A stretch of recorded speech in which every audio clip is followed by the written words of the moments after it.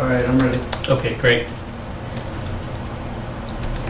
Well, good evening, everybody. Thank you for joining us for the now the fourth meeting of the Neshoba Regional High School Task Force, Space Study Task Force. Tonight, I'd like to see as our ultimate goal. We've been talking and kind of gearing up to think about some visits to some high schools. So, what I'd like to see us do is put together essentially what we want to get out of those visits in whatever form that might take. If it's going to be a series of questions that we want to ask, or what I kind of have in the back of my mind, but I'm not really sure how to construct it, is some sort of rubric that would allow us to begin to digest the elements that we're looking for to address at our own site and see if they're in another site and see how they compare. I don't know how to really get that out there. Maybe more discussion will help flesh that out a bit. So to start with, Jody Specht, our Director of Guidance at the high school, was kind enough to sort of digest some data for us. And the packets that you have in front of you are the sort of snapshots off of DESE, which is a website, Department of Elementary and Secondary Education website. And I have to say that one thing they do well is they collect data well, and they put it on a website well, and it's very public, so which is a good thing. And so she was able to take a few of the high schools that we've been talking about and look at the ones that have, would you say, most compared to us, best compared to us, I guess? I thought I had the whole list that You we think, talked okay, about. so you think, okay, it's the whole list. So I could have missed some. so I guess maybe to start us off, maybe take a few minutes to just take a look at the data. Good evening. And then I figured I'd wait a few more as people straggle in, and then we'll do our introductions again too, so I haven't forgotten that. But take a minute and look over the data. What's the reason for this group of schools? So these were the schools that we talked about as possible visit sites. Okay. I initially grabbed their program of studies to make sure they were comprehensive, and then quickly realized, well, I need to know the population and who are they serving and things like that. So this was just things that I thought maybe were relevant.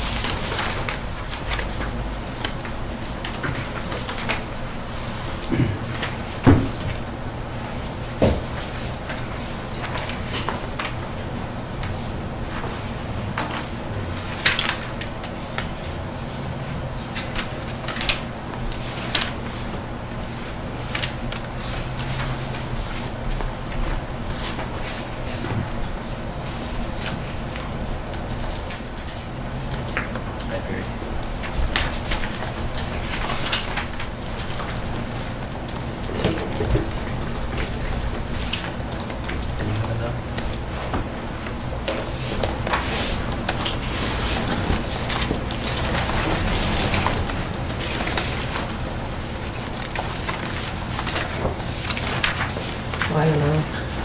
A couple more. Two more. Thank you.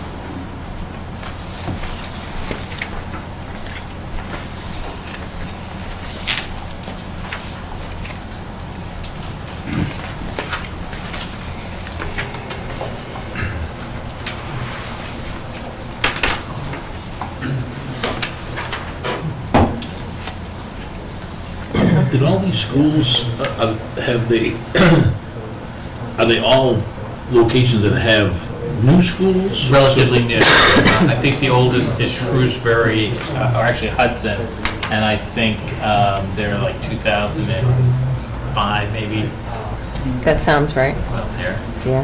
Okay.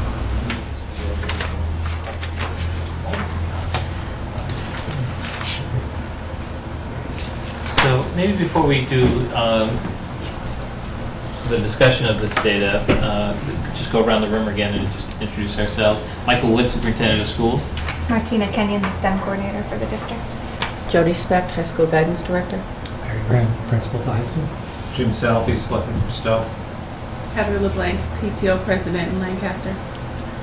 Dave LeBlanc, parent of several kids in Lancaster. Bob Sikansky, Bolton Advisory Committee, Finance Committee. Maureen Bush, Stowe rep to the school committee. Mark Jones, member of the planning board in Stowe. Thank you all for joining us tonight. So Jody, maybe you could walk through our page and just kind of give us the highlights, and then we'll kind of digest each school a little bit. Again, DESI has more data than anybody could ever want. And I pulled this off the report card. The spending per pupil I thought was relevant as we're looking at other towns and schools. Enrollment, and this would be, I think, last year's enrollment they have on there. The total number of teachers, this is the DESI data. I used it exactly. I don't think it's exactly right. I think we have more teachers than that, but I wanted the comparison to be the same, so I didn't fix ours. And I thought that the whole district enrollment was worth looking at as well when we're looking at this kind of thing. We're talking about high schools, so the grade 10 MCAS performance gives you a handle on part of the achievement of the population, as does the plans of the high school graduates, just looking at the placements to four-year colleges, privates and publics. You can kind of see what the community's like, their values around college education. AP, the high achieving benchmark here, the number of tests taken, that's not the number of students taking the test, but the number of tests taken. 3 is considered the passing mark in an AP, and it's the benchmark used widely reported on, so scoring a 3 or higher. And of course, the percent of your senior class that's taking an AP is pretty relevant as well. We have talked about student outcomes here and how will a new building, different space affect student outcomes. I put SATs down. I think that's a piece of the pie. I don't necessarily think, any one of these indicators shows the whole thing, but it gives a characterization of the community, the student body, the teaching, what's going on there. Mass core completion is the number of students who are completing the recommended Massachusetts graduation requirements, which fairly closely mirror our own. And I think that probably the schools with a lower mass core completion might not require foreign language, would be my guess. Graduation rate and dropout rate, and of course those fluctuate every year, but we're doing a snapshot. Special ed and low-income students, I think, are relevant as well to the overall district makeup. I just had one question, since graduation rate and dropout rate don't add up to 100%, is that, so are they saying like the kids who go through the 4 years but don't actually graduate would count as not being part of the graduation rate, but they didn't drop out either? So I looked into that, Maureen, because they have a 4-year and a 5-year graduation rate, and neither one of them adds up correctly. And then they have this other persistence rate, which I didn't get a clear answer. And as I said to Michael earlier, literally I found some of these numbers, maybe on one page it would say the dropout rate was 1.3%, and on a different page, same school, it would say the dropout rate was 0.8%. So I found a sort of a report card where the bulk of this data came from, so I was just, so I don't want anybody to go and run with these numbers, I just want to use it as a comparison, school to school kind of thing, okay? Do we know which of these data points are available over a time span? I'm just curious. Oh, I can give you Neshoba's, if you're ever interested in that, I got all that. Well, I'm curious Oh, more what yeah. would have changed with a new building. If you we go wanted to onto look before DESI, you and can, after. on the like profile for each school, you can go back multiple years. That might be interesting to look at. One of the things that they also have on there, but it's outdated unfortunately, is students per computer, which I thought was another interesting way to look at this, but it's 2010-11 data, and that's too old to be relevant at all. Can I quiz you a little bit about, to the Yeah. extent that you have any idea how well they compile these numbers? Would you guess if a student is say a senior and then goes off before the end of his senior year someplace else, maybe to schooling, how that kind of person gets counted in terms of They'd graduating? be a graduate, though. That would be a graduate. Suppose they disappear in February, how does that kind of thing get handled? Do you have a clue? My guess is if we don't know where they have gone, they've just disappeared, DESI probably counts them as a dropout, be my guess.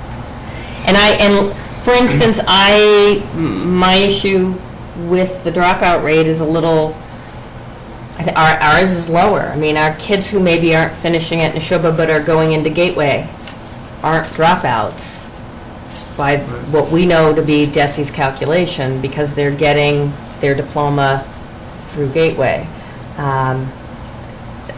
What's Gateway? Gateway is a program. It was actually started by the Bill and Melinda Gates Foundation, where they take a high school and a community college, and they create a program for either dropouts or near dropouts, and they bring them in and enroll them both in the high school and the community college, but they're housed, or not housed, but all of their schooling is on the community college.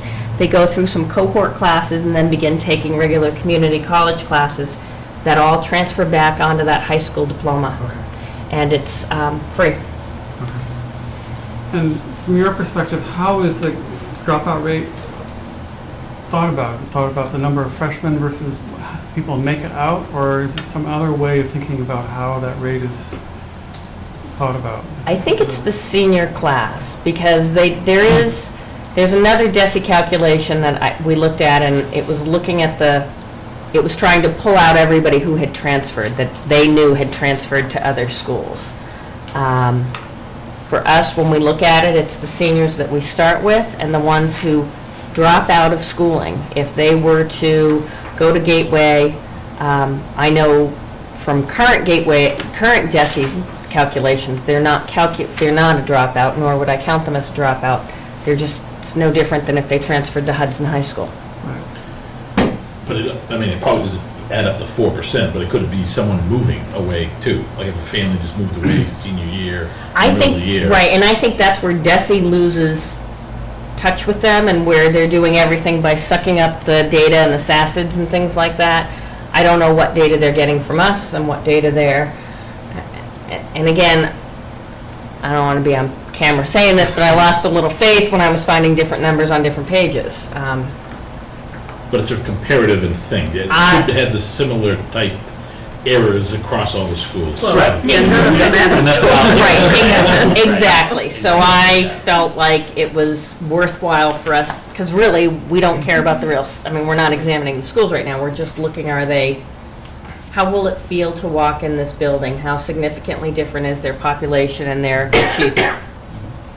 Do you have an idea of where they get the numbers, or perhaps you get the numbers for low-income students? Is that a census thing, or does the school find out by other means the fraction of the population that comes from families that are low income? I suspect that's something that we know. People who apply for free or reduced lunch are in the system that way, and we'll give them fee waivers for SATs and college applications and things like that. So part of I'm that's betting about self-reporting, so there's opportunity to not know where people are challenged. Yep, and that we know happens in this district. For and example, probably in athletic fees, for example. You don't know who's not doing athletics because they don't even imagine asking for help. Right. Or certainly they just won't self-identify, and they'll deal with things. So, however, it does, I think that number probably is more true to form in a community that is more diverse and has a greater low-income population than ours. But I think there's going to be some of that in every high school, comparatively. The difficulty in figuring out reporting or accuracy or the like. Yeah.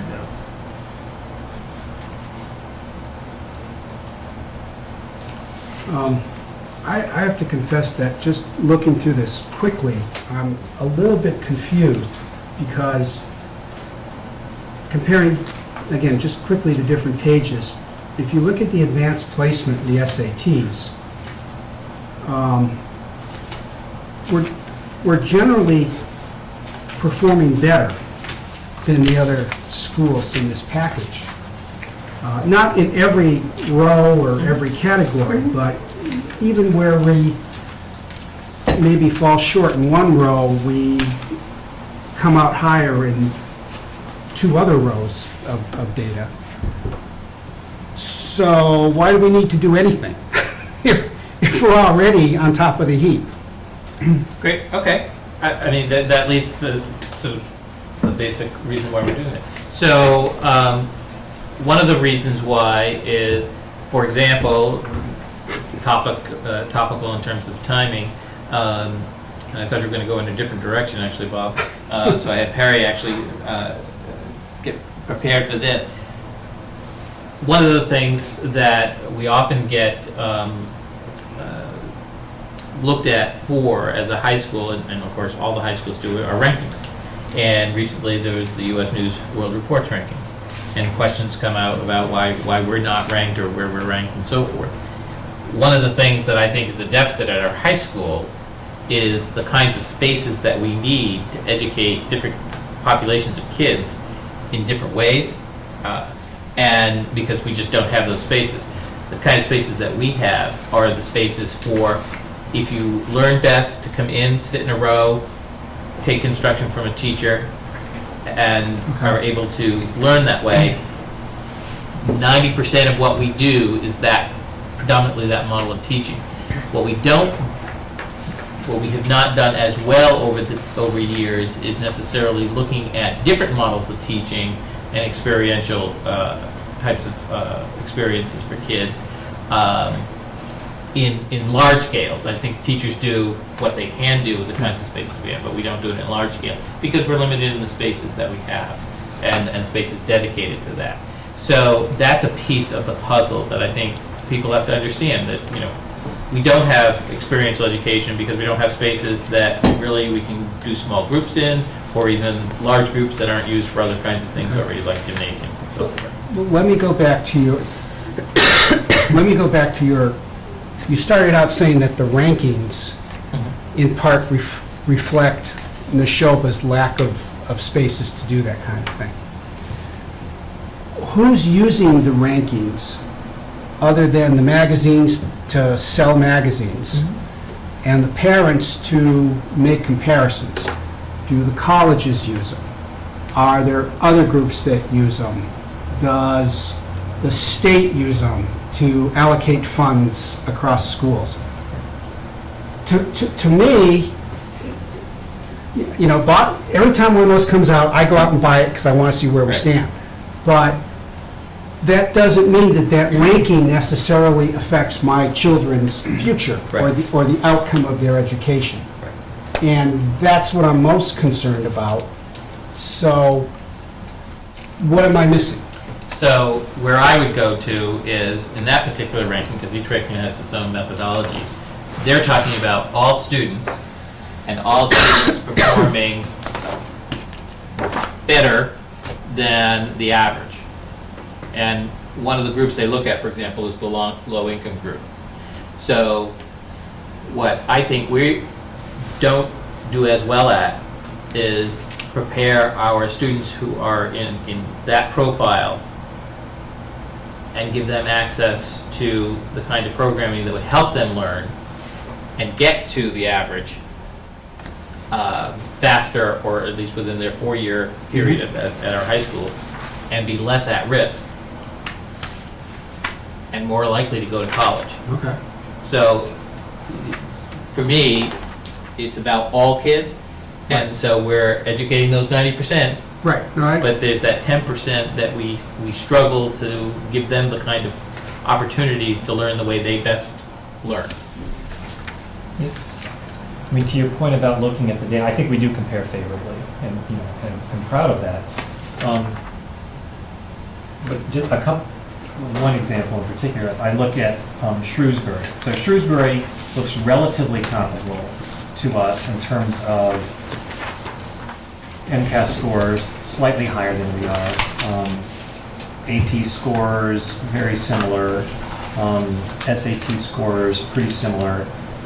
Where they're dissimilar from us is that they have a pretty sizably larger population of low-income students. And as a general rule, standardized test scores tend to correlate very highly with socioeconomic status. One would expect a school with higher numbers of low-income students to have standardized test scores lower. Okay. They also have a slightly higher number of special ed students. Now, there's no way that I can draw a direct line between those pretty impressive scores and a new building. But that's one area in which I think that, where I'm impressed that Shrewsbury High School seems to be, at least based on this, doing a good job of educating students at very high levels, commensurate with us, or maybe even slightly higher in some situations, with a population of students that on paper would appear to be slightly more challenging to get to that same point. And when I've done analyses of, within MCAS, you know, looking at like ELA 95% proficiency, math 82%, 92% proficiency, when I look at the kids who aren't passing, it is almost exclusively students who fall into some sort of high needs category, whether it's students with IEPs, whether it's students who are low income. And the pattern that I see emerging is that those are the kids that we seem to struggle the most to get over the bar. And so, again, no way you can draw a straight line between a new building and these results, but you know, I wonder if facilities could play a part, at least a role, in Shrewsbury's seeming ability to get better results with that population of students, at least on paper here. And to take a very different perspective on this, just considering, you know, people who are moving into and out of communities, I think those groups of people definitely look at those rankings. Yes. And property values, I don't have any actual data to substantiate this, but property values you would think would connect to, in some ways, at least perceptions about community, including those of the Right. school. So as far as a community's investment beyond the very important aspect of educating our students, you know, I think that that's important to consider too. I guess, but the other thing too, with these are just snapshots in time. So you don't know, you know, if you're looking at maybe schools improving things, you don't know where some of these schools were. Right. So like they could have been, Yeah. you know. That's to why I your asked point the about. question. Yeah, and I think that's a very good Yeah. point, that kind of, it'd be interesting to kind of go back, especially for something that's been open for a few years, Yeah. that, you know, is there a trend, is there some? Do we see any bump?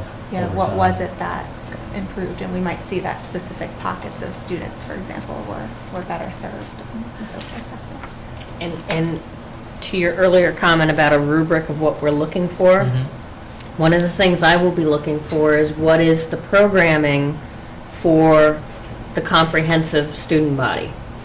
So what's available, what are the facilities that make it available, and what are the classes that are available? I've been dragging around their program of studies for a while, to look at them to see, because that makes such a difference. You know, yes, you can have 17 AP classes, but do you have 17 classes for the kids who don't take APs? You know, and facilities to support that. Now, how you roll that into a rubric, Michael, that's your job.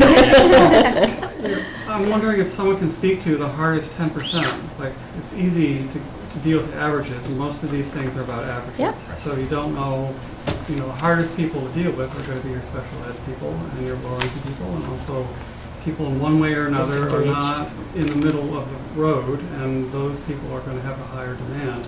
And that's where you're going to see the demand for space and special rooms and special attention, or different attention, non-average attention. Even it doesn't have to be special.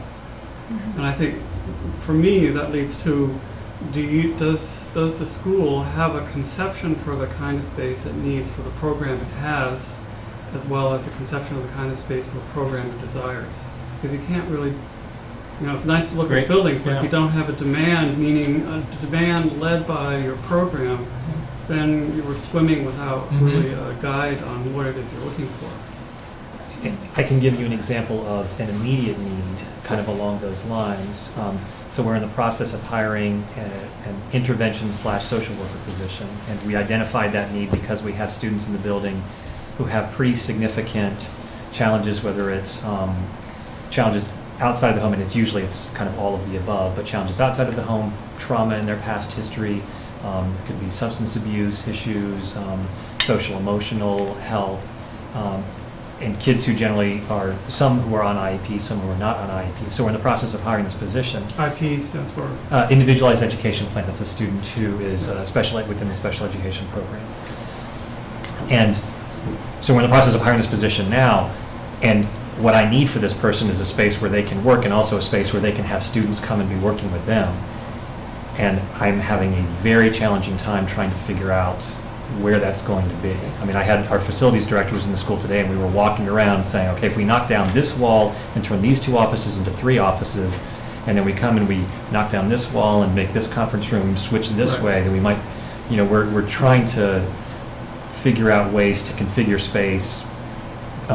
It's very challenging, and it's as opposed to being able to say, Right. what would we want the space to look like? Right, so my question is there a comprehensive, program-driven plan for space needs, as opposed to the ad hoc, this year I need this, next year the state has imposed Y, I need this for Y, 2 years from now I'm expecting Z, which will demand this kind of stuff.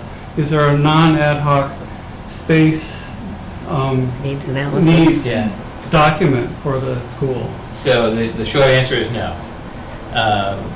So I think that's part of what would be a great exercise for this group to flesh out and look at more. Some of that,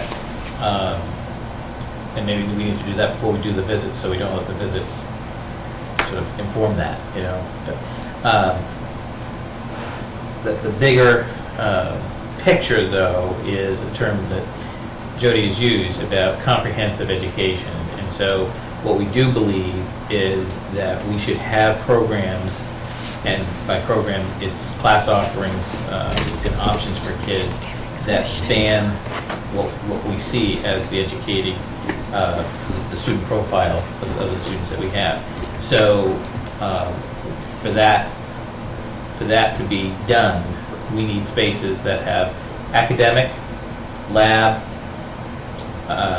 what I would refer to as sort of as seminar sections where for courses that can be taught in that way, and what are essentially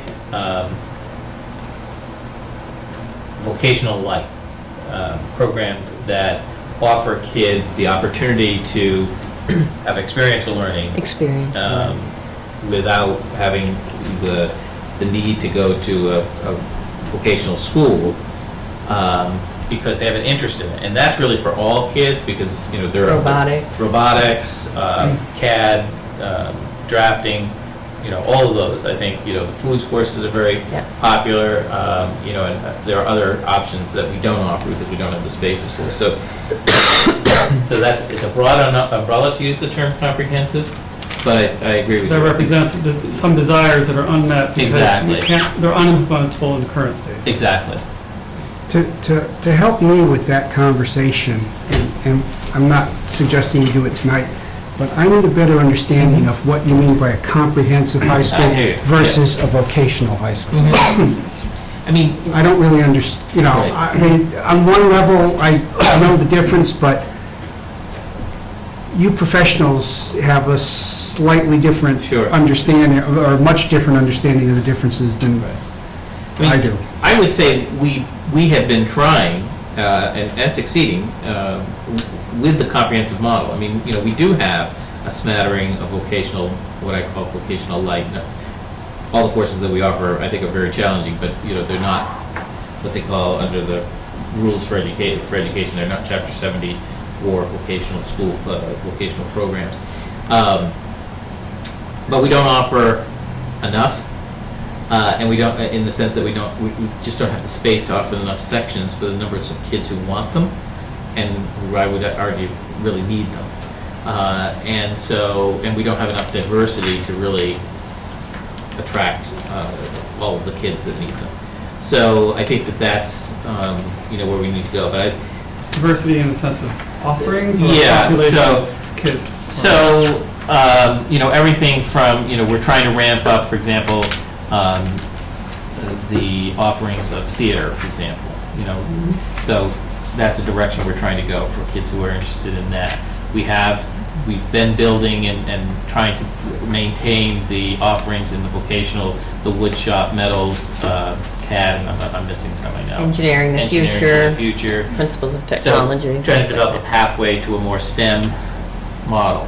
But there are other models that I think we should explore to see if, that we have kids who are interested in it, and that's a place where they will feel successful there, so they can apply that success in other areas of their program. But Michael, even that explanation, the need is starting to morph from what you originally described.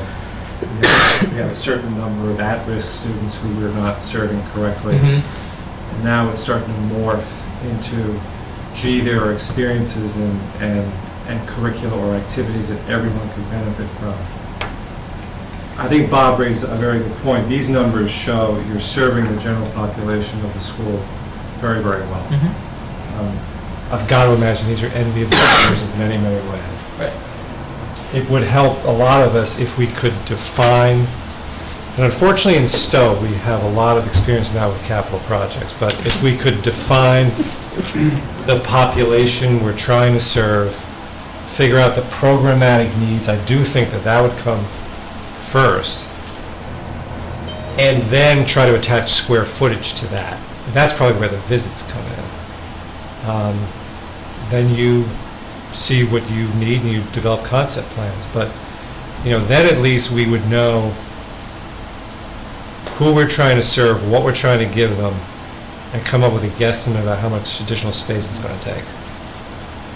I would push back on that a little bit in that I think that there is absolutely a need for programming and space to support programming for students who have special needs.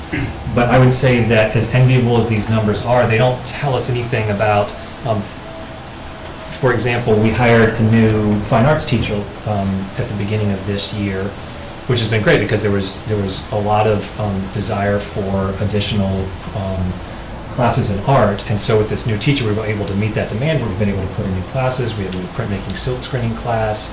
We're starting a new digital photography class, but we're extremely limited in terms of the space we have available. We had to take an art room and essentially cut it in two with a wall and create two smaller, adequate, but certainly not Barely. desirable Yeah, I wouldn't. art spaces. That's not going to be reflected in SAT averages or in standardized test scores directly, but it's something that I think adds tremendous value to the experiences of students. I mean, things like computer science courses, we're trying to really bone up our computer science courses. We only had one computer science course in the past. This year we're adding two more. I'd love to see us add AP computer science. And we're starting to bump into issues with the computer lab availability to be able to run those classes. So I guess I wouldn't disagree with you, but I think that at the end of the day, if we're talking about improving our facilities, we're talking about improving it for all kids, and there are plenty of different ways where I think that would add tremendous value to kids' overall experience in ways that wouldn't necessarily be reflected directly in, most of the kids are passing the test. So adding more value to them isn't going to mean that they're, passing the test more, they're already passing the test. But I do agree with you, though, in terms of giving us a perspective on sort of what space needs that we're lacking. I mean, I think if we don't have any vision for at least objectives You know, that and we'd I like don't to think he accomplish. specifically addressed the SAT numbers. I thought that was just a starting point. Yeah, and I actually think actually what I said is not inconsistent with what you said, which is just be specific about Yep. what Because we have you're, That's- I think that's what very you're important. thinking about adding and for whom. Yep. Yeah. You started talking about space for a social worker, intervention Yep. expert to meet with at-risk people, so that's Yep. office space. It would help to define how many kids you think are in that class. Yep. Now you're going to talk about activities for a broader number.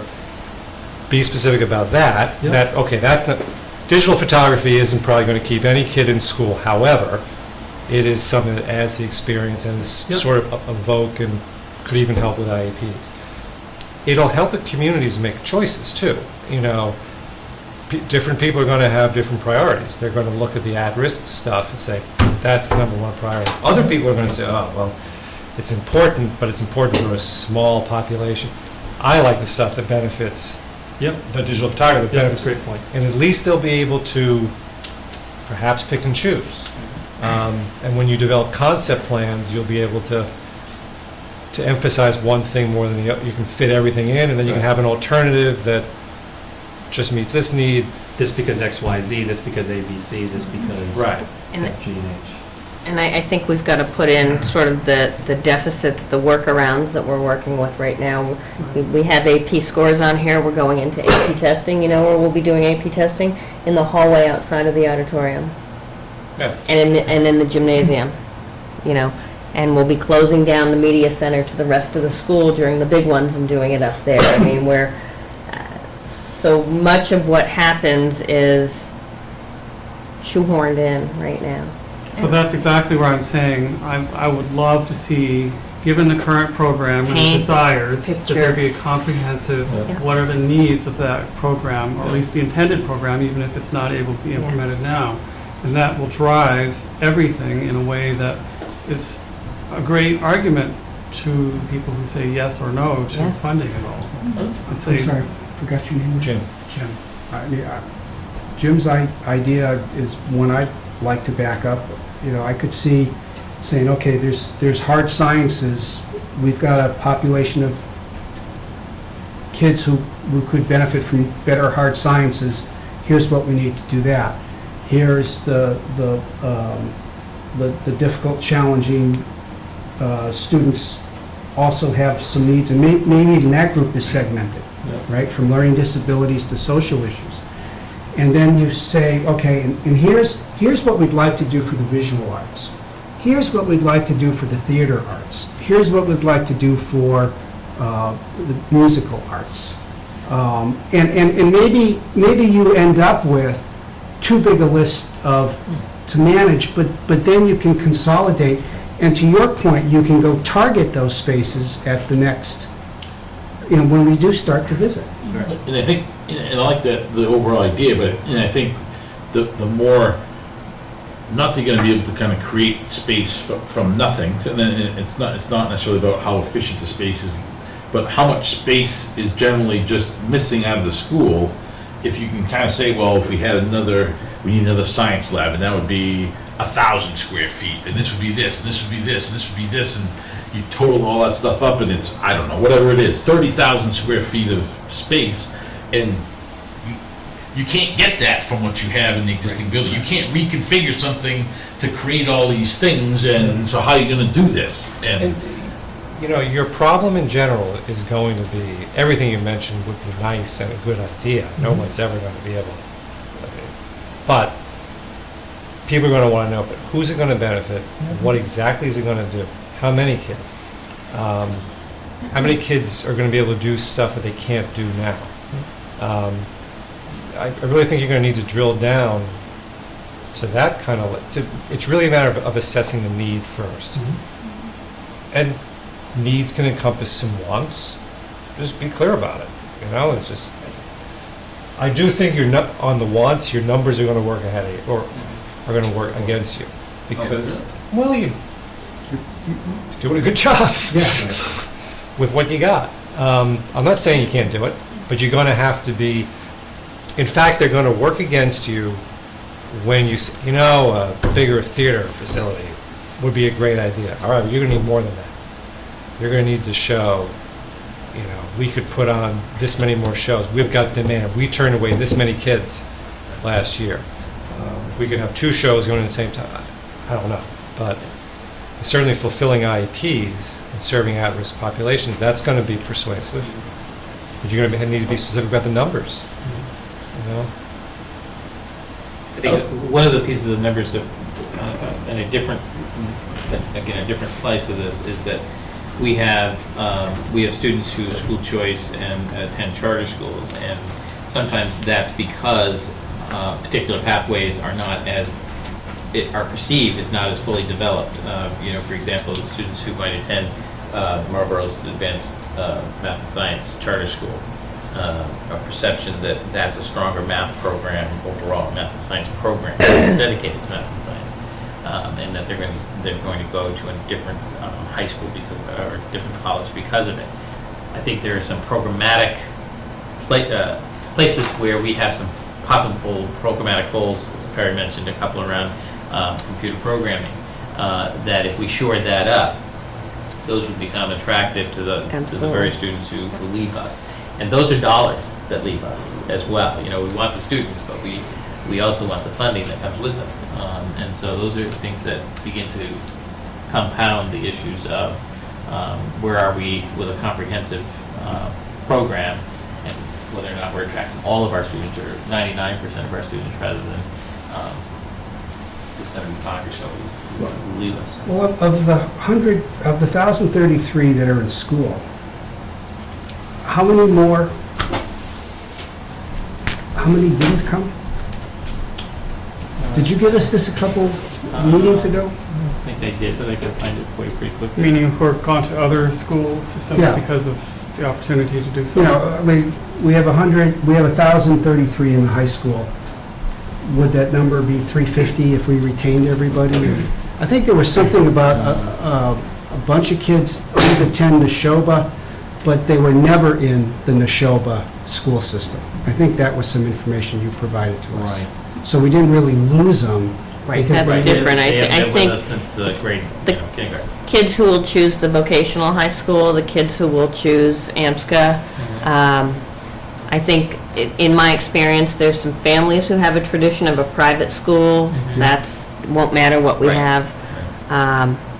And there's some students who will opt for Acton-Boxborough, or for Brumfield. Yeah. One because it's bigger, one because it's smaller. Do they have school choice anymore, Acton Boxborough? I think they've been closed, haven't they, for a couple of years? They're closing it. Are they? Yeah, I live in Foxborough, and we just voted.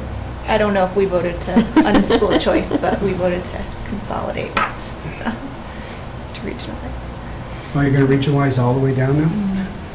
That'll be interesting. Does the high school have any kind of information or polling or surveys of the non-present high schoolers or families? Is there any sense of that population from? There isn't, and DESE actually discourages us to do that because they find it, they feel like it's,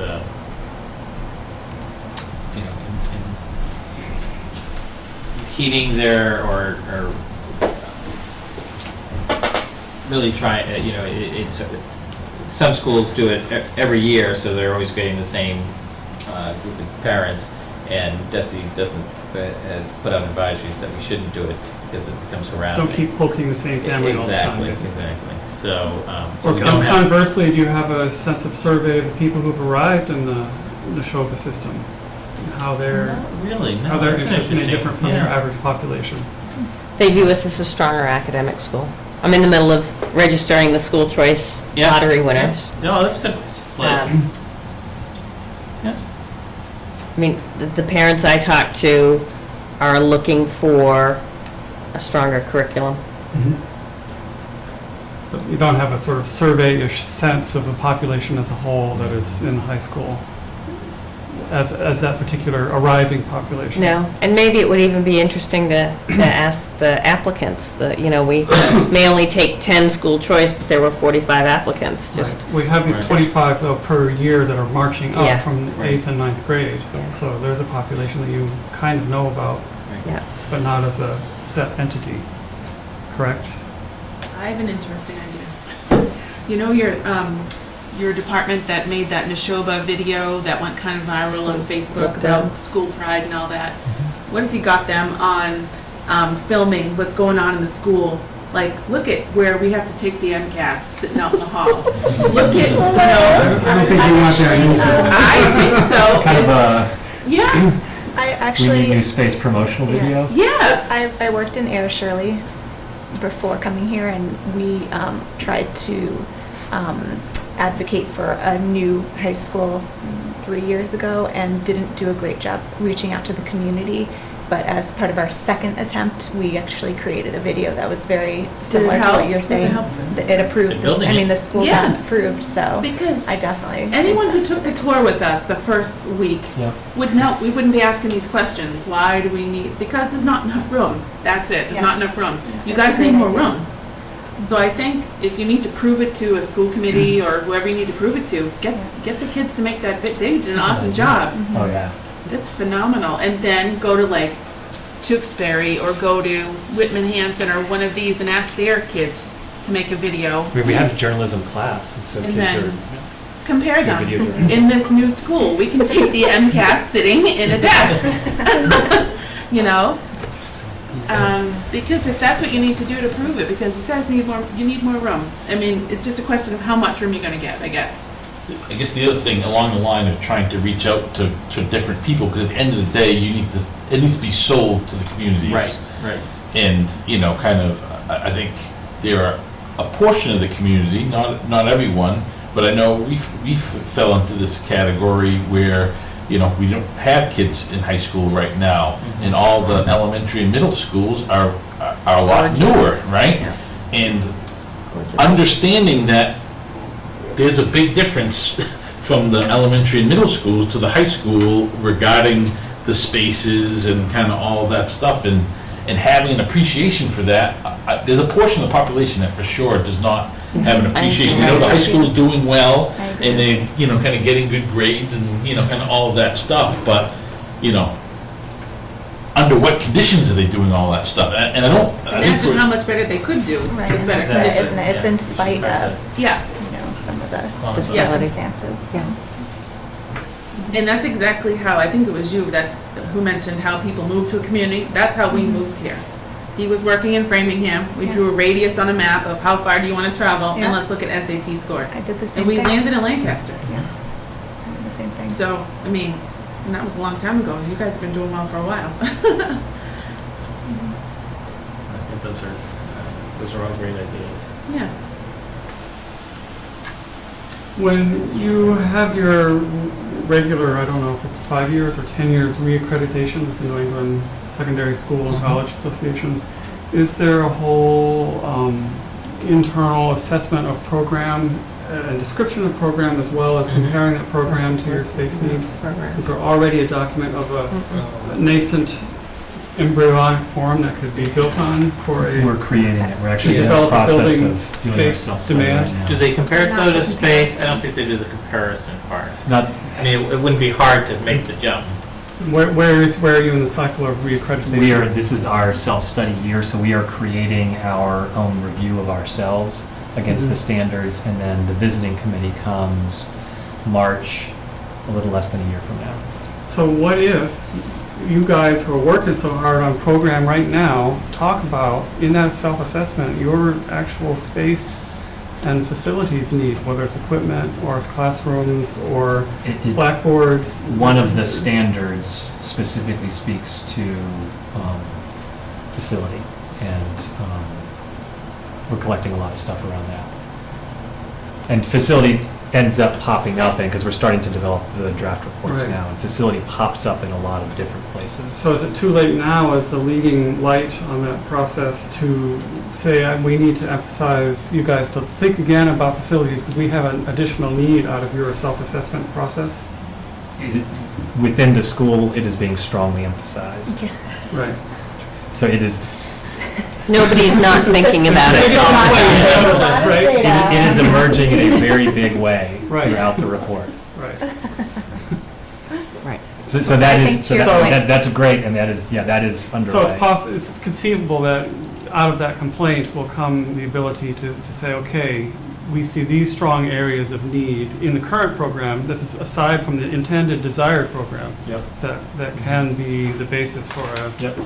And how space impacts that. But quality basis for it. quantity of- perhaps it could be strengthened as far as the connection to the programmatic needs, because I think right now a lot of the data is opinion-based, right? It's more Right. like experiential, so to your point, maybe some harder data around.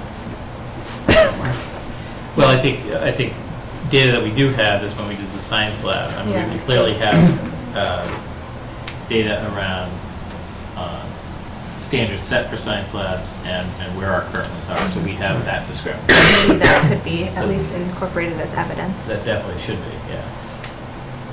is that a 10-year cycle, 5-year cycle? It is 10 years.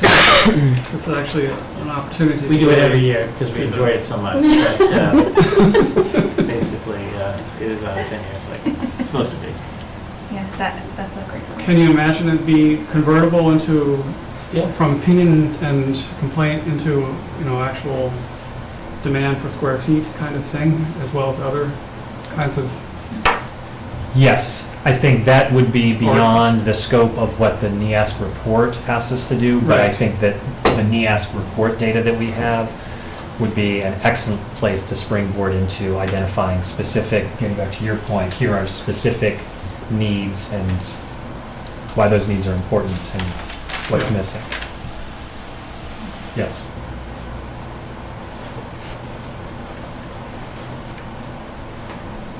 So at like a staff meeting or something at your high school, do you think, or maybe you've already done this, have you all sort of brainstormed what each department would need? Like their bare bones, what they would need versus their pie in the sky, what they would like? Not at a super level of detail. They did Like maybe X number of classrooms, et They cetera? did brainstorm space deficiencies, Yeah, both in terms of quality and quantity, so we did develop a relatively big document around that, but that was, again, more sort of anecdotal, and I don't say anecdotal in a diminishing way, I mean, it was, it was actual stuff, but it was anecdotal as opposed to, currently have X number of square feet, what we really would need is, X number of square feet. It was really more kind of a list of, here are the ways in which the current space negatively impacts our work as teachers with kids. So Right. that list, and did we pass that out? I don't think so. Yeah, I thought we did. Didn't we pass that out at the last meeting? It was a list of the teacher. Oh, yes, actually. Space feedback from the Yes. department. Yes. Right. Oh, okay. is that on the website? It's on the website, yes. And so you would be able to create like what we do need versus what we don't have. Yeah, so, I mean, we haven't gotten to the point where we've said, here's what we would like to have. Yeah, But we definitely have the starting point of, here's what's not working well, to then be able to go to, here's what we would need, we think, to make things work much better. yeah. That was a video. We get to go. So given that the high school is apparently at capacity and along more than a few dimensions, is there any regret that you have a population of 100 people from outside the system now as a consequence of a school choice decision that was made 6 or 8 years ago to expand the number that's actually in the facility, even though the facility may not be accommodating them well? If you're feeling like you're full, there's a decision that actually helped to make it to be full in a Yeah. particular kind of way. I mean, certainly in some of the ancillary space, like the cafeteria, it comes to mind, if you were 100 students freer later, you'd notice it probably. But because of the way the formula was developed, it was on the margins in terms of class size, and it's been that way in terms of class sizes. It hasn't been impactful. But I do think in places like the cafeteria, if you had essentially 30 less students over, you do 4 lunches now, so 25 less students each lunch, you'd It's notice two something like tables. that. Two tables, Basically, yeah. So you'd start to notice that. But because the on the margins approach that we've used, the money is essentially straight revenue. Yeah, by law, that's your only choice. Right. It can only be straight revenue. Yeah. So, and certainly at the elementary when we had it, because it was a bigger program overall, it was very nice revenue. So I could interpret your answer as the program is such that even if there were 100 fewer people in the high school, the program demands a different kind of space than the facility currently provides, and therefore you have a programmatic driven need for a particular kind of facility that does not exist. Right. Is that perhaps an accurate way to say what you're saying about? I mean, the sheer number of kids definitely has an impact, but I think beyond that, there are programming needs. And just philosophically, Right. I think that, the school choice program and the students who come through school choice add value to our school. Yeah. So Right. beyond, simply the idea of 100 fewer students in the building. Right. So that's further argument on my part to say you have a programmatic driven need for a facility that's not adequate at present. Yeah, I would agree with that, yeah. I like that phrase too, programmatic. See a bumper sticker coming I in? do, yeah. Another Or a t-shirt. t-shirt. Could put it on the back of the bike here.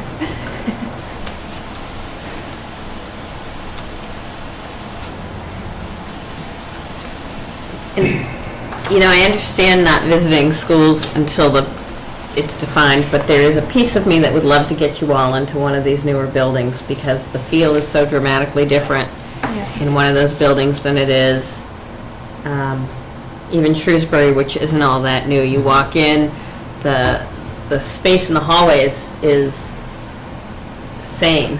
The classrooms, the media centers where you can see everything and kids can work together. It's just a real different atmosphere. So part of me hates to put visits off No, I because understand. Yeah, but we're gonna have a tough time doing 2 visits. I know. So we gotta make sure that we get the most out of each one. Right. As part of your desire to do it while there's a population in the building as well to see how the building is used.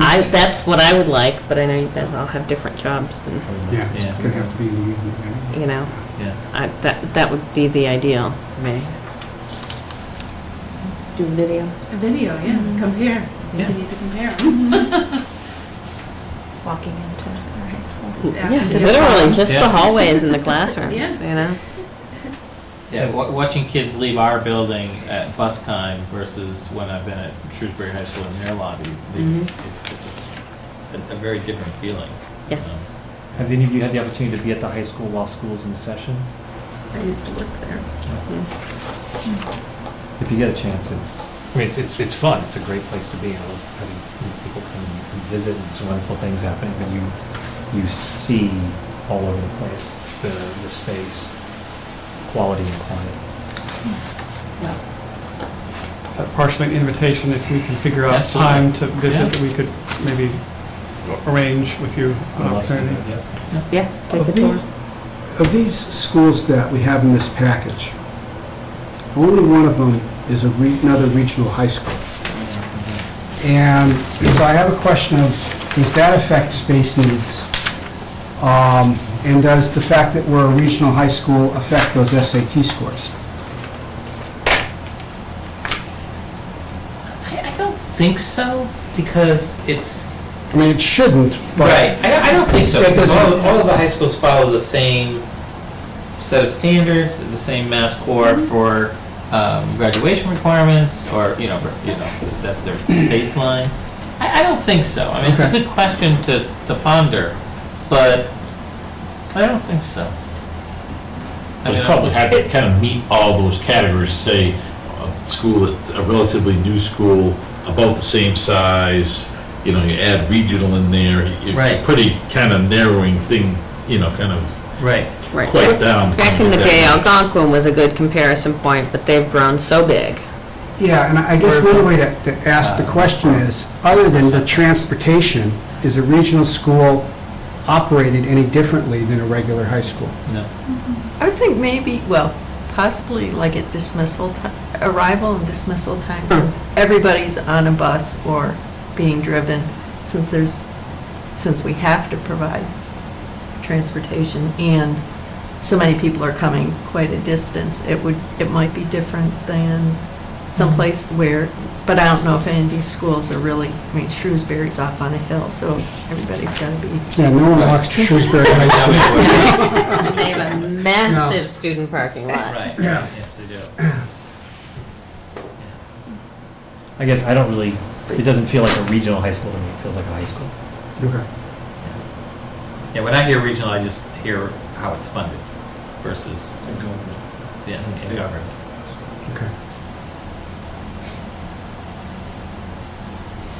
Anything else about the statistics, Jody, that you wanted to point out before we?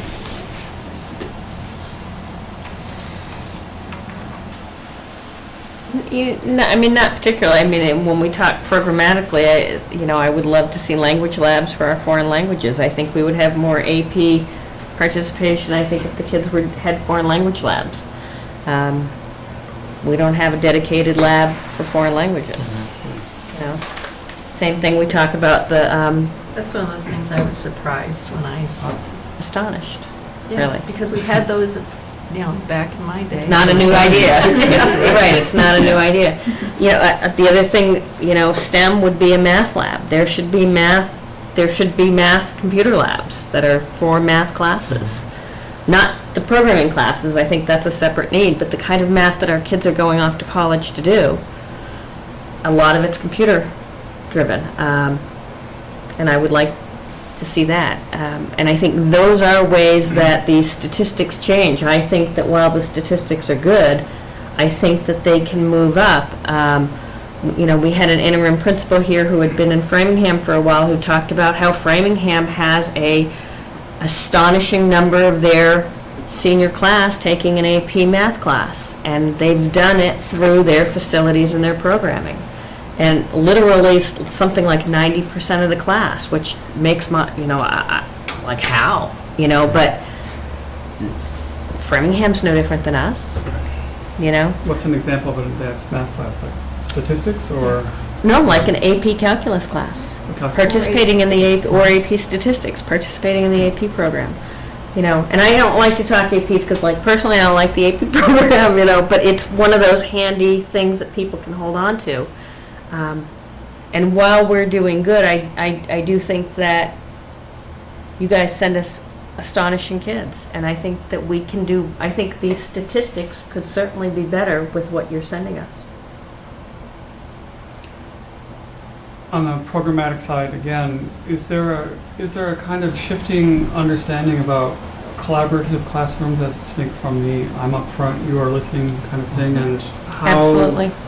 abled or disabled is your facility from taking on those kinds of things? Well, I'll tell you right now, I was recently this year talking with a teacher, so, the classrooms are not just owned by a teacher. And we have teachers trying to share who have different sized classrooms, and one wants the desks put together faced, so it's like a table and they're working cooperatively, but then every third period, the other teacher comes in and they get rearranged back differently. What's the problem when you don't own your own room? And we have, the psychology class, we're putting routinely close to 30 kids in the psychology class. Those are in rows. What psychology? We could do phenomenal things in cooperative and circle learning. And when I tour colleges, virtually all of them are in kind of boardroom style setups. And Science labs. well, the science labs are their own issue. Yeah, that's It's very challenging within science labs to be moving back and forth between independent work, lecture, lab, cooperative stuff, just the way that Like rooms are logistically. set up. Yeah. Yeah. And I wanted to just build upon that. I don't know if it's a matter of ownership of a room, but certainly just the space and also obviously the furniture, which is a different point. But, it's just not conducive to flexible stylings within a room. Really just to Right. even square footage wise, the space for the number of students who are in there, so. And also, if you want to attract good teachers, you're not going to say, well, you've got to float room to room, you got to carry all your stuff with you, you get half the classroom. I mean, We don't tell them that till we hire them. I know, I mean, it's for the professionals too, not just the kids, but the professionals too. I think bare bones minimum, they all need their own room. Bare bones minimum. Well, I deal with a lot of teachers. That's pretty common. Yeah. That they all need their own room? No, that they don't. Lexington That they- is totally floating. Right. Nobody has his or her own room. Really? Yeah. Hmm. And it's They have it's office to space. promote Office space. It's collaboration. very easy to use, but I mean, it varies. You have people who float all day and never rest and carrying a tremendous number of materials with them on carts.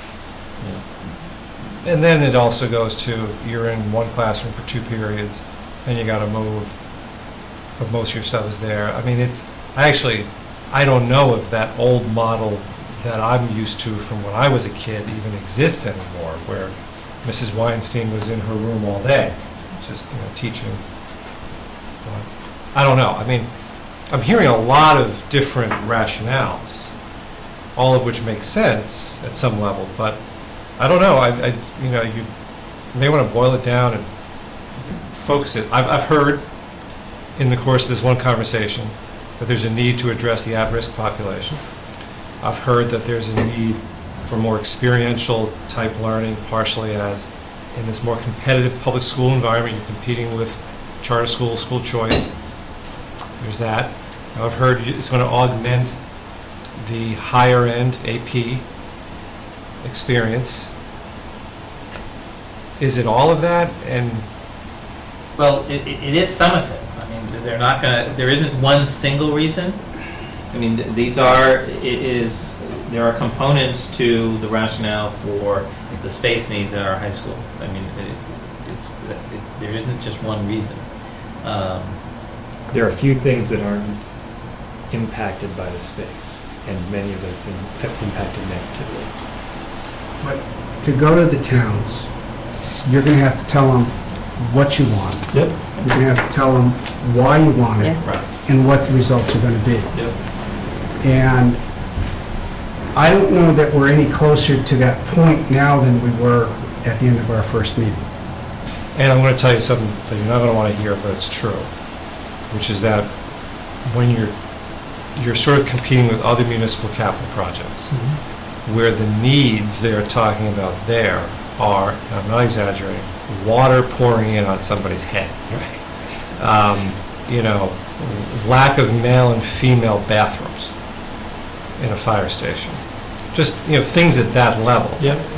So if you want to compete, and that's the only word for it, if you want to compete on that level, I'm just suggesting you really want to say, here's the square footage we're going to need to serve this population. And we need it because it's going to give us this thing that they can't do now. Yep. Here's this other thing that's going to serve a wider population, and it's going to give us this thing that they can't do now. And, it'll just make it more tangible. Yep. Plus Minuteman's coming up with Yes. the same thing. I know, and that's really You're going the to have, struggle that we're going to have, our communities are going to have, is, and the timing is awful, because it's within gonna 5 years, they're both, or less, Oh, less. both going to come up with Yeah, capital projects. right. And theirs is a brand new high school. I mean, they're probably not going to get to renovate, they're going to have to build new. So it's a very difficult timetable. And the other piece is, and I totally agree with that, and I see it in all three of our towns in terms of the municipal needs as well, schools are municipal needs. But the other partner in our process is MSBA, and at some point, they simply tell us, while you articulate well that, we need this square footage for this and so forth, they're going to say, if you want our partnership, it's going to be this square footage, and it's, or a new school, or nothing at all, whatever they're going to say, but their grant is going to be our carrot, and we're either going to have to bite or not take it. And so that will either prolong our timeline or, help clarify, what we really want to do and how we're going to get it done. Well, to go back to the second bullet point on the agenda tonight, what's the metric for the return on investment? Well, I think, I keep putting that on there because that was the original question from the beginning. And I think, part of these meetings is to keep getting enough conversation going that we add to our thought process to better understand that. I mean, it's frankly, in 30 years of doing this, I haven't thought about building schools with that frame of mind at the outset. So, I'm still trying to figure out if that's something we can come up with in terms of data that's going to tell us, these are the points of return. This is what we're going to get at. Because as we kind of talked about earlier, it's difficult to get an idea of, well, what actually changed once the new building came. Right. I mean, what I'd like to be able to say are things like, we got back that 1% dropout rate, and we were able to get our graduation rate up to 100%. The renovation of 10 odd years ago?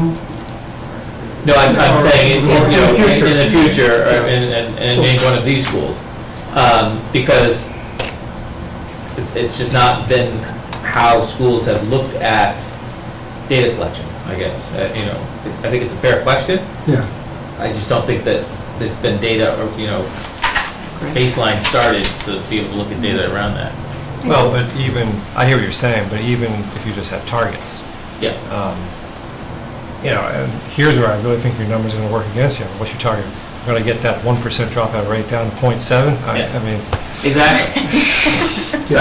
But the flip side is, going back a few years to the comparable schools, and if you can kind of, I have no idea what the data might show, but it might show that the school opened this year, and it's in 3 years, this is what happened, and there's a trend, and there's so much a percentage increase, and that, might that correlate to kind of, a new school, this, kind of. Right.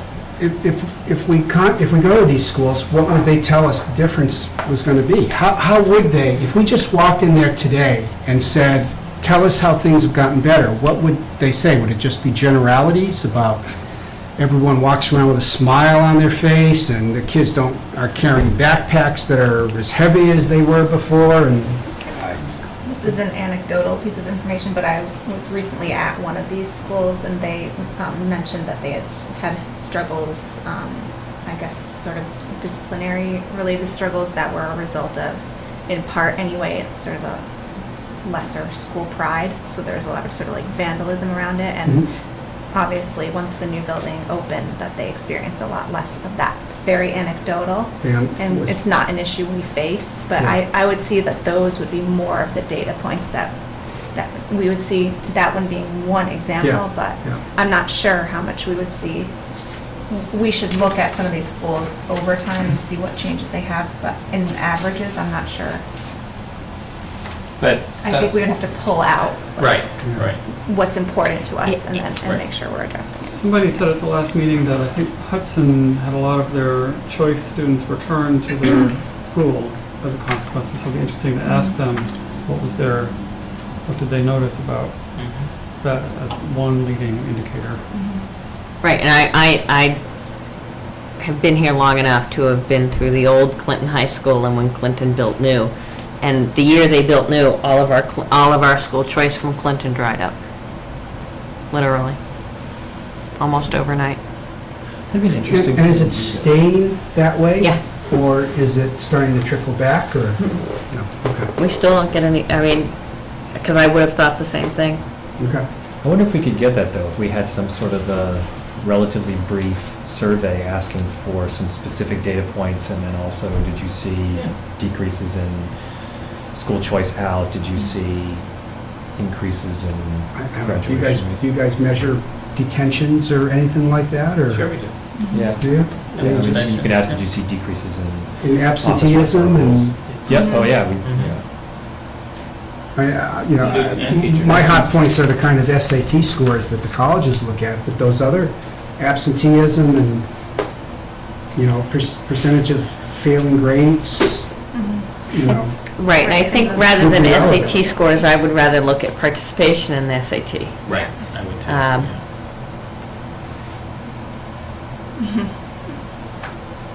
participation in SAT doesn't, the colleges don't look at that. And I realize that we're not dealing with strictly a college-bound population, Right. but from the parents' point of view, and that's who's going to pay the taxes and who's going to vote on this. Then I would want to look at the overall spread, because looking at an average, Right. the average might not shift. Maybe they're going up for 80, 90% of the test takers, but you have an additional 15% test takers now that are looking for college, That's, and their scores are lower, keeping the average compressed. that's fair enough So- if you can produce that data. That's harder. That's- That's what I Yeah. mean. Like, I Yeah. don't know whether we would see it in Right. these averages, and it's harder to get the little pieces. I don't know, as parents, we were impressed with the SAT scores, but as parents from Lancaster with 2 new schools walking into the high school, we were not impressed. We kind of assumed that it was the same caliber as the Lancaster schools. So I think just the opposite.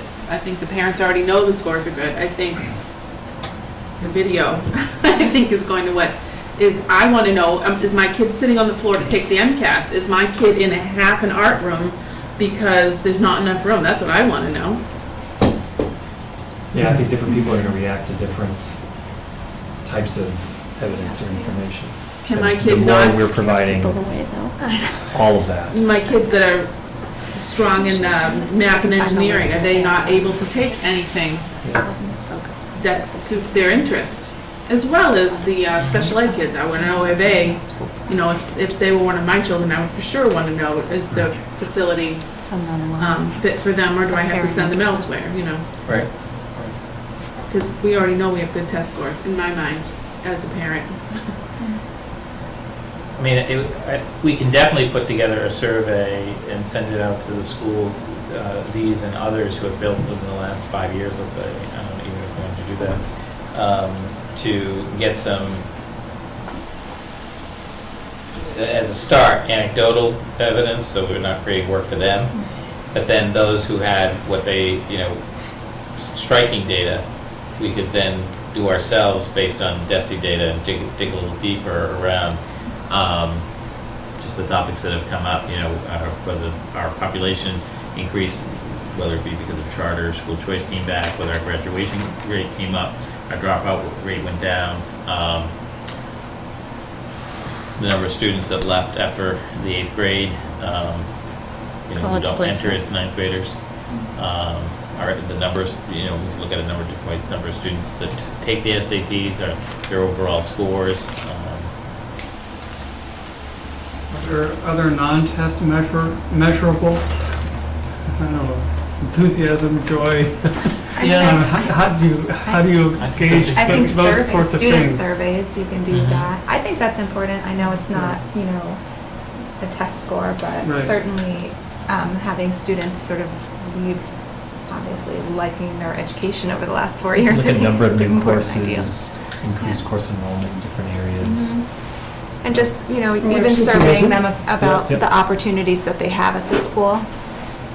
I was recently at a regional school that's very large, but they offer a lot of different, again, programmatic elements, and it was for a NEASC visit, and that was actually the primary item that students cited as what they loved about their school, was just all the opportunities that they had, both during and after. And that comes through we do have some of that data, Perry, to our school improvement survey. We have to look specifically at some of those questions, but we could tease out some of that. Can I ask 2 things before we? Yeah. People are no doubt going to ask about enrollment figures. And I have some loose sense of what STOs are, but district-wide, I don't know. And obviously, the high school gets the whole district, so. If there's any way I could see those numbers, or we could all see those numbers. Of the high school or of the K through 12? Coming into the high school. Coming into that, sure, we can get those for you. Yeah. I mean, it's not growing, we're not expecting the high school to grow by more than maybe 1%. I think we're estimating about 30 new students if they all show up. So, Assuming no change in outside populations. Yeah. Right. So this house is for sale on every street. And assuming Right. school choice is level. school choice is figured into that because they're already in our pipeline for the most part, and it's capped at 25, Yeah, so. that's right. But, And then the only other thing I wanted to ask about is if you have any idea how many students you lose to charters, if any? I'll get that. Okay. I already put in the email request for that. I have a number in my head, but I can't remember if it's the combined number or just for one group, so I don't want to say it out loud. But there are some variables that are concerning. I just having the conversation, for example, the Pilot Grove expansion. Right. I think finishes when, late fall? That's a They'll be renting decent, this that's a decent fall, guess, This yes. fall. Depending on how much more rain there is, yes. And how many units are in it? About 30, 40. Aren't there 50. 60? I- Because there's 60 in the old part, and Yeah. we're doubling the Right. size, Right. so. So, And I can report from a different perspective, since I polled the planning boards in the 3 towns. There are permittable among the 3 towns presently or within the next several years, 500 units. Subdivisions that have been approved, 40B developments that have been approved, or people that the various planning boards reported that have visited their offices who they're thinking of subdividing their land. So you can anticipate sometime in the coming real estate boom, as many as 500 units appearing in all 3 towns over the course of some unknown period of time.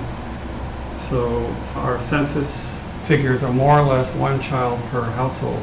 But we know most of these things that are built that are not 40B developments are 4 and 5 bedroom houses. right. And generally you fill those bedrooms with young people. So there's an outside influence on what the longer term will happen in our district.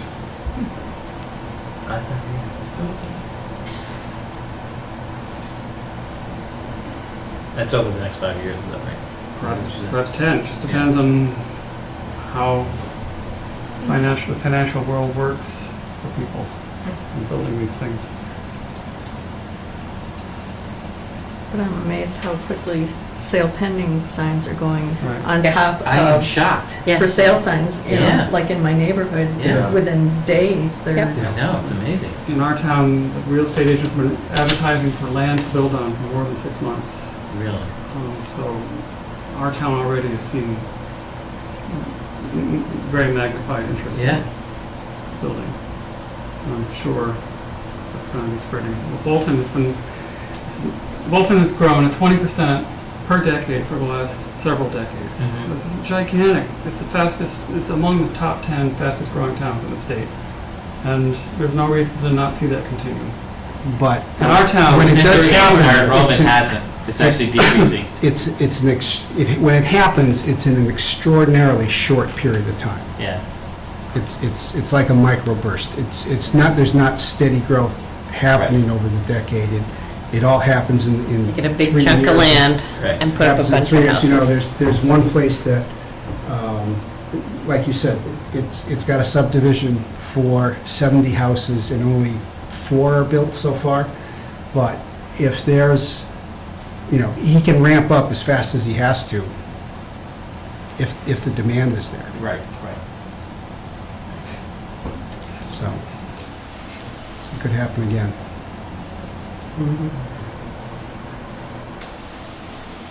So as always happens, we have a great conversation. I hear as a to-do list is that to look at a survey tool to give to new schools to see what changes they've seen since they've been in their new school. And I'll take the first crack at that, and we'll bring it back to this group and see what you think. Any other to do? I'll get the charter and school choice numbers. A department-driven, programmatic facilities need budget. How many square feet, how many rooms, how many Yeah. desks?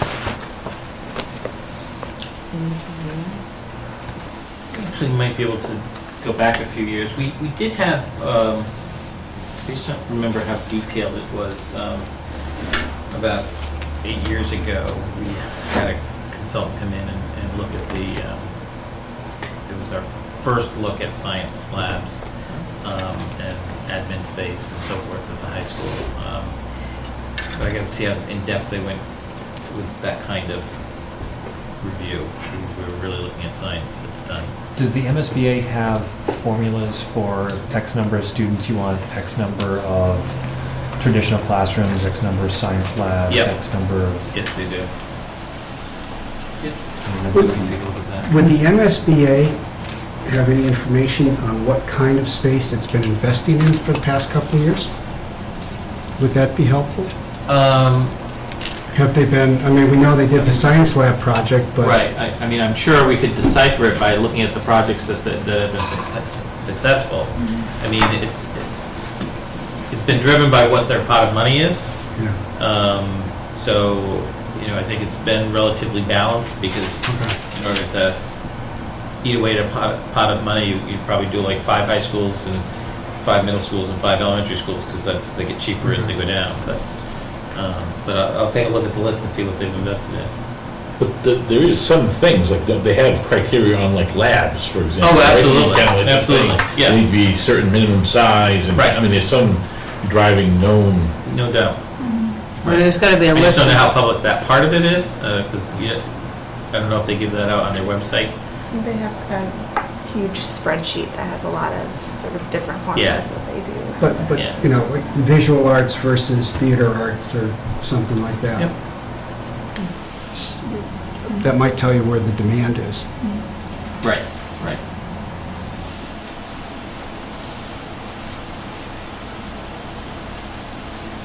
Okay. Anything else? Are we meeting again this year? Yes, I'd like to get at least one more meeting in. So how does our, that last week in May, that last Wednesday in May, actually set a date. You know what?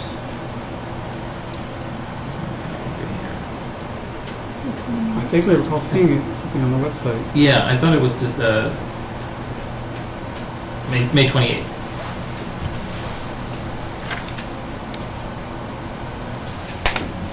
Yeah, that's fine. Does it work?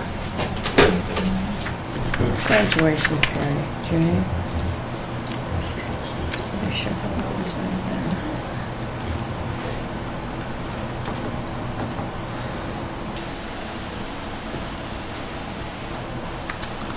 Great.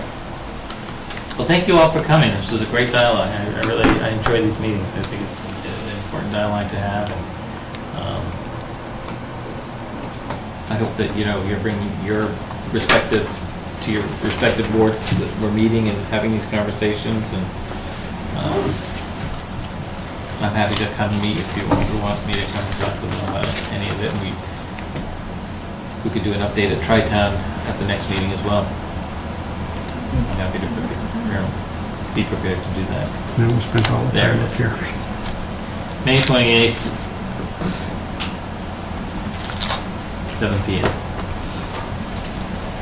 Just want to say something? Thank you. Thank you, I really appreciate you coming. All right. Thank you. Try not to